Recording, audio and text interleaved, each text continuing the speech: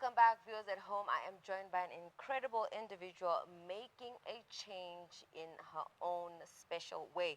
And I think now with her call on to community for assistance to keeping this vital program running, by just donating 350 Rand, you can make a profound difference into the lives of WITS students by ensuring that they have access to nourishing meals during their studies. I am joined by an individual who's actually spearheading this initiative, who goes by the name of Almaas Harris. Assalamu alaikum and jazakallah so much for joining us. Jazakallah for having me. Now, my first question to you tonight is, what truly motivated you to start this initiative? And when I say initiative, I don't mean to say, start giving, but now to say, what, this needs to be ongoing. This needs to be something that, doesn't end just today.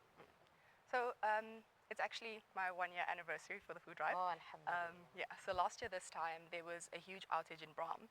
And I remember in the WhatsApp student groups, students were saying that they can't come to class because they haven't eaten in a few days. All the food that they've had has spoiled and they can't afford takeouts. And I was in student leadership at the time. I was the vice chairperson of the Bachelor of Health Science Student Council. So I took it upon myself to, we literally went home, put a few packets together, and I remember handing over the packet, and the student that I was handing it over to couldn't stand because she hadn't eaten for so long. And it snowballed from there. I had no idea that it would become what it is. I just wanted to help as much as I could. And then I had students coming saying that they were struggling even before the power outages. Students were waiting for NAFSA's bursary. Some students weren't funded at all. And I just couldn't stop. It didn't seem like it was, like my work was done. So, yeah. So is there like a selective process in now choosing who gets or who doesn't get? Because one would think, limited resources, it's all about prioritizing those who are truly in need. Yeah. But then that also builds the criteria of who is truly in need. So how do you go about now selecting either the spaces or the students at that? So at the moment, it's word of mouth. Okay. A lot of students who are struggling know students who are struggling. And as a community, I think that it's not my place to say who needs food. So if someone gets in contact with me, I feel like it is someone that needs me. So yes, they go on a waiting list, and from there, as the funds come in, I help where I can. Now for, potential sponsors, donors, just take us through the logistics of distributing and also securing some of these food parcels. So as students message me, I put them on a waiting list, and then I ask for donations from family, friends, the community. I had my graduation last year, and I said, don't buy me gifts. I do not need gifts. Please donate to this food drive. And as soon as I get enough funds, maybe like 3,000 Rand and up, I go and I buy the parcels myself, because I feel like every Rand donated needs to go as far as it can. So I buy the parcels myself, I package them myself, and I hand them to students myself, so that I get a rapport with the students. They remain anonymous because it's already difficult asking for help as it is. And that's the process. And I'm so glad that you spoke about the idea of, instead of getting whatever you could get from your family in celebration of your graduation, you rather channel those funds into something else. Because it was trending on social media where people were like, are you aware on how much people are spending for graduation, dress, makeup, hair and so forth. And this is not to sort of blast those who are, making the most out of it. But this is also to just showcase, to say, what, as someone like yourself who's been in a position of leadership and who has now seen a crisis, but instead of then, speaking on it to say we need help, we need to do this, is actually acting upon it by making those personal sacrifices to ensuring that others, do not go hungry. I have to say this is quite incredible, and I'm in awe, and may Allah continue rewarding you for what you're doing. Mashallah, yeah. Yeah, but moving along with our conversation, some of these individuals who are now benefiting through this initiative, what has been their reaction? And in your view, have you seen any significant changes at that? If I think of my personal experience, I am a top student, and I am a top student because I can dedicate my resources to my studies. I have a supportive family, I have a roof over my head, I don't have to worry where my next meal is coming from. So if I don't need to worry about food, and thus can do well at school, someone who is already doing well at school obviously needs the help. So coming from my personal experience, if you're getting food that you weren't getting, it has to help. But not just that, I am funding students who are top students at the moment. And I've gotten so many messages from students saying, thank you so much. I actually burst into tears the other day. I had one of the students say, you just helped a second-year engineer student eat for another month. And yeah, so and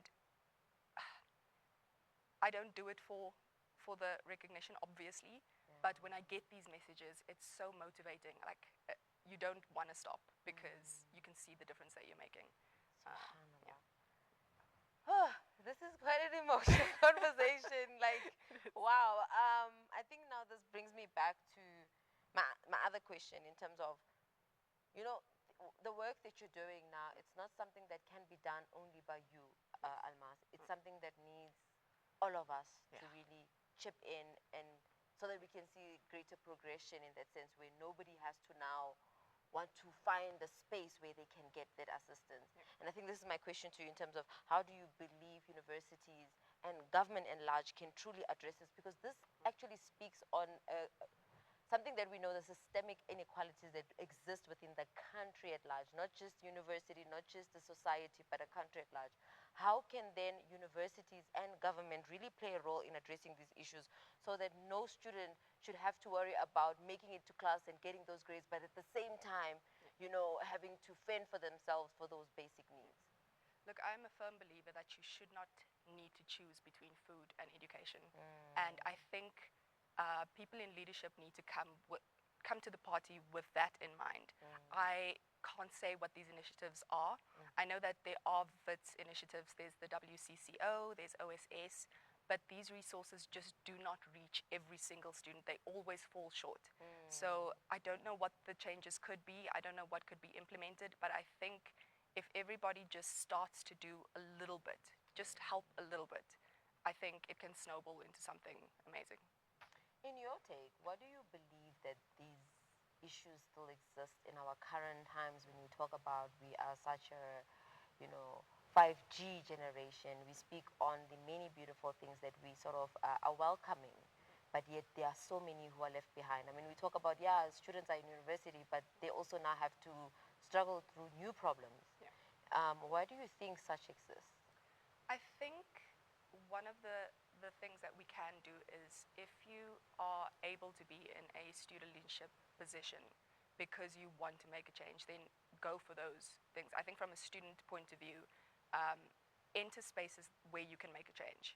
I think from a student level. I think from an institutional level, I think understanding that bursaries need to include accommodation and food. It cannot just include the academic funding part, because we don't just need education. Like I said, you cannot just choose between education and food. So I think that is something to definitely put in place. But I think as a student, get into leadership positions, start initiatives, and literally just work from a place of community. If we just come together, we can make a difference. And I'm just going to throw this in because, you know, we find individuals like yourself who are out there trying to make a change. And then you find on the other side of the coin where individuals are like, well, why is it all the time that, you know, civil society or individuals like yourself need to, you know, be the ones who are assisting, when you're looking into certain structures, there is the means of assisting, but there's that lack of attentiveness to those means. In your take, like, why do you believe that, or what would your message be to those individuals who feel like, if we continue to chip in, this allows institutions like universities and government to not play their role? I think it's, look, for me, if you have privilege, use the privilege. And I think if you go through life with that in mind, you will eventually reach a place where you are in charge of these institutions, and you can make a change from there. If we start, as a student, if I start going for everything thinking, when I have the privilege, I do better. Yeah. By the time I get to a place where I'm in a leadership position in terms of institutions, I will run that institution accordingly. So powerful. Now, for individuals who would like to continue assisting your initiative, or probably just finding out for the first time, how can they go about, you know, being part of this initiative? So I've opened up a bank account called the Sadaka account. and all donations are welcome. If you can donate a lump sum, that would be great. If you can support a student monthly, each pack is about 360 Rand and it lasts about a month. If you own a shop and you can donate non-perishable goods, that will be great. However you can, whatever you can do to help is huge. The reason I also say donations are very impactful is that I can control what's in each package so that each student gets what they need, which is really, really important. And also I track every cent that enters the account and that leaves the account, and I have receipts every time I go and purchase these packages. So if anyone ever needs to check up, I've got all of that sorted. But yeah, any amount, 50 Rand makes a big difference. So yeah. And just my other question to you, lastly, in closing our conversation, is when you are now, as we are having this conversation, I mean, you did highlight something quite important to say, to be someone who wants to, be someone who forms change or brings about change in a society or country, you shouldn't wait for that opportunity, but start where you are. And with that being said, what advice would you give to someone who really wants to be like an individual like yourself, or sees a problem within their community or society and wants to, brace against it? How can they start, and what should they consider when starting? Firstly, start. That honestly for me is the biggest thing. Start small. I started with one student. I now have 60 plus students on my list, and I didn't think that this would be what I would be doing. But just start. Just help one person. And I'm telling you, it's going to snowball, because one person will go to the next person and say, I got help from this person. If you need anything, go there. And then they will tell the next person and say, this is where I got the help. And from there, whatever change it is that you're making, whether it's helping a student with textbooks, whether it's donating to a charity, it's going to keep going as you give. So just start.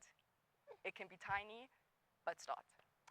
Now, looking at your current initiative, what do you envision for it? And would you say that, are you looking into expanding or creating a more sustainable model that can be implemented by other individuals within their own, universities or just educational institutions? So to be honest, at the moment, my main focus is feeding these 60 students per month. It's extremely difficult. If I can get a steady income to be able to feed 60 students every month, that for me would be a huge deal. I think if I've run this drive for a year now, if it progresses into a blueprint that can be picked up by student councils all over the world, if it can become a student-run initiative that people would like to pick up, if students that are watching this right now can come to me and say, I would love to be a part of this drive, then alhamdulillah, that would be huge. But honestly, at the moment, I need to be able to feed these 60 students every month. That is my main focus. Yeah. Almaas, Jazakallah so much for joining us tonight. Is there anything on your end that you'd like to share with our viewers at home, considering our conversation tonight?